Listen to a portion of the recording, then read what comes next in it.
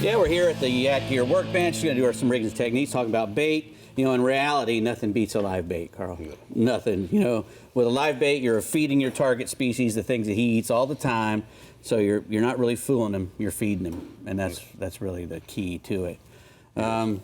Inshore, you know, we can use a lot of different stuff: shrimp, croakers, pinfish, and you can catch them in a bunch of different ways.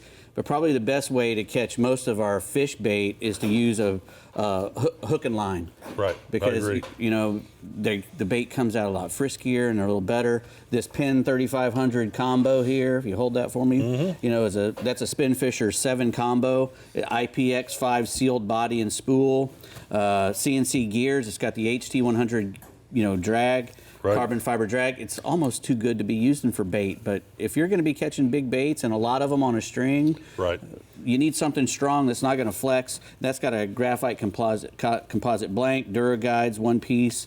They're all stainless steel, so if you wind up winding your sabiki up into the tip, there ain't no insert that come out, right. And because they're made out of stainless steel. So if we're going to be using catching bait, use a good rod and reel to do it with, like that Spinfisher 7. Yes, sir. And once we catch the bait, we want to have a good bucket system. You know, you can either get a cheap little bucket like this one, you know, just any bucket. You buy a lid that goes on there. It usually comes with one of these little aerators. But the best thing to use is a bait cooler. Yes. Because a bait cooler keeps the water cold. It keeps it dark, and it also allows you know, the bait to stay friskier. They're calmer in the cold water. The colder water holds more dissolved oxygen than hot water. Yes. So especially if it's in the summertime and you're catching these bait, put them in your live well in your boat, which is the best bet. But put them in a bait cooler. And to keep the water cold, you can throw a frozen bottle of water in there. That's a great idea. I never thought about that before. That's you can throw a frozen bottle of water, or you could use one of those little lunch packs, you know, throw it in there. It'll sink to the bottom, keeps everything cold. But, Carl, you like to throw a net. We do. We cast a net for a lot of bait in Texas. For one, our water's dirty. Our inshore water's dirty. Like we talked about traps last week. Right. Those work great, but sometimes the water is so dirty that you can't hide them. You can't see your trap. Right, you can't see the trap. Right. So you can see the shadow on top of the water or the mullet, and we'll go along, kick the motors out of gear, and get on the front of the boat and just cast for our bait on our way out. Right. And then, like you said, you've got fresh bait, you've got a variety of bait, and I think we talked about that earlier. Live bait, any live bait is better than no live bait. No live bait, because Exactly. I've cast behind my boat. Sometimes, like we talked about, we go to the cleaning tables around and either cast out a little chum or just right after they've filleted fish, and you can catch pinfish, you can catch mullet, shrimp, everything Croakers in that area. Even, croakers will come in there and feed on that byproduct, and it's free bait, and it's the best bait in the world. So. I got you. Now, like you're correct. When I go offshore, you know, I'll drop sabikis down.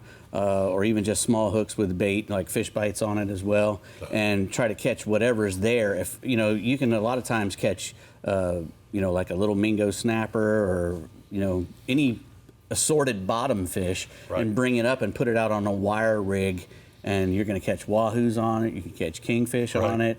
Any live bait struggling on a wire rig is gonna do well for you. And when you're using those croakers inshore, you know, a good kale hook like these right here really work well. Hold that still for those guys. So that's awesome. That works really well for all those you know, redfish and trout and whatnot. And then when you get offshore, you know, you want to. I like to catch little tunas because wahoo likes to eat tunas, and if they're small enough tunas, even big dolphin will eat tunas. Right. And you know that the blue marlin likes to eat tunas. So when I'm tuna fishing, I use these kind of spoons, like a little Clark spoon. Right. A single hook spoon, because if you use a treble hook on your spoons, you can tear the fish up, right? Yeah, you can mess the bait up, get them to start bleeding. Right.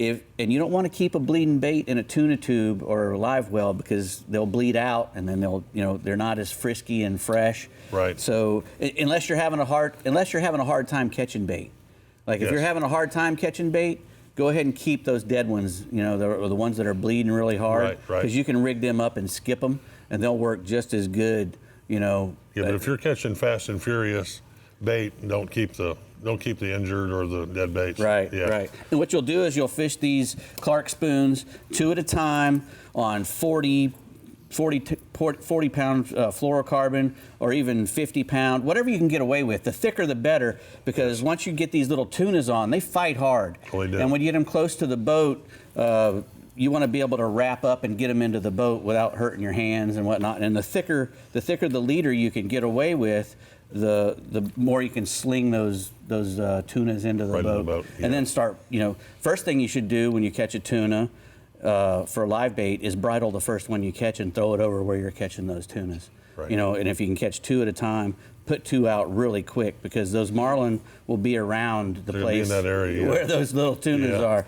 And Yeah. what you're going to be doing is you're going to be pulling these on a planer, probably 40 to 60 feet behind the boat, and that's what you're wanting to do. You want to catch, and you can catch little Spanish mackerels, little Right. blue runners, little jackfish, all kinds of stuff like that. So any of those things will work fine for a bait. So The old match in the hatch, like they said. I didn't let you talk that much, did I? That's good.